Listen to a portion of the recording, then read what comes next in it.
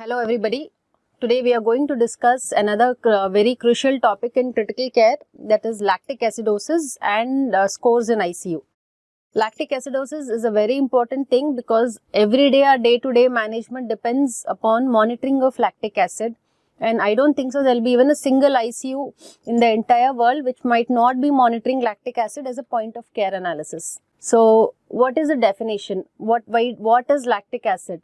It is basically a crucial intermediate in the carbohydrate and amino acid metabolism, which is mostly produced from the Cori-Cori cycle or the Krebs cycle, produced physiologically in the body. So it's a physiological determinant. It's also a product of anaerobic glycolysis, and majority of it gets metabolized by the liver, and accumulation of this lactic acid results in lactic acidosis, which we usually monitor.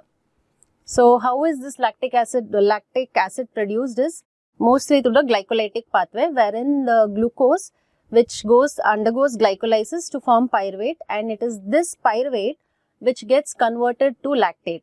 This lactate can again get reconverted into pyruvate with the help of NAD lactate dehydrogenase, and the pyruvate finally goes into the Krebs cycle, resulting in the formation of 38 ATPs, which forms the entire base of our ATP production and energy metabolism. This is giving you a short description about the biochemistry as to where the lactate is produced and in what state does the lactate excessive production becomes very harmful to us or very dangerous to us, and how does it help us in monitoring.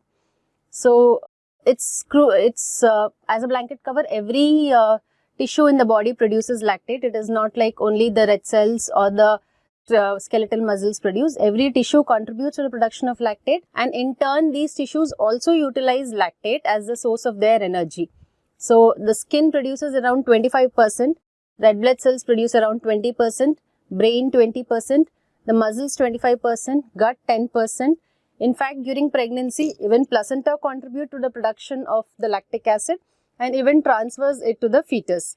And during sepsis and ARDS, lung also forms the major contributor in production of lactic acid. Whereas in physiological states, if a person is undergoing heavy exercises or in people who are enthusiastic towards building their body, the skeletal muscles contribute much to the increasing circulating lactate. So once the lactate produced, what happens to it? How does it get metabolized? So the metabolism forms very simple. The glucose in a steady state undergoes glycolysis, produces pyruvate. Pyruvate gets converted to lactate, which in turn gets converted into pyruvate back again, and this pyruvate undergoes oxidative phosphorylation or the Cori-Cori or the Krebs cycle, resulting in formation of oxygen, carbon dioxide plus 38 ATPs.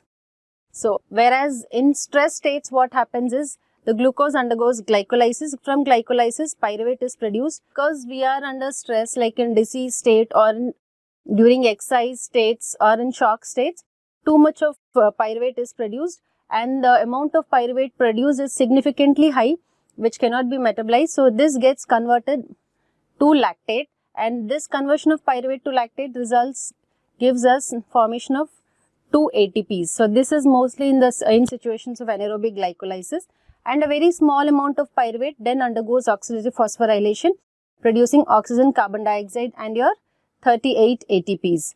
Whereas what happens once after you recover from this steady states, this lactate again gets converted into pyruvate with the help of lactate dehydrogenase, and this pyruvate again undergoes oxidative phosphorylation, producing oxygen and carbon dioxide. But here the net ATP produced is only 18 ATP because some amount of ATPs are being utilized in the reconversion of lactate to pyruvate. So recovery state, that is why the energy levels are low.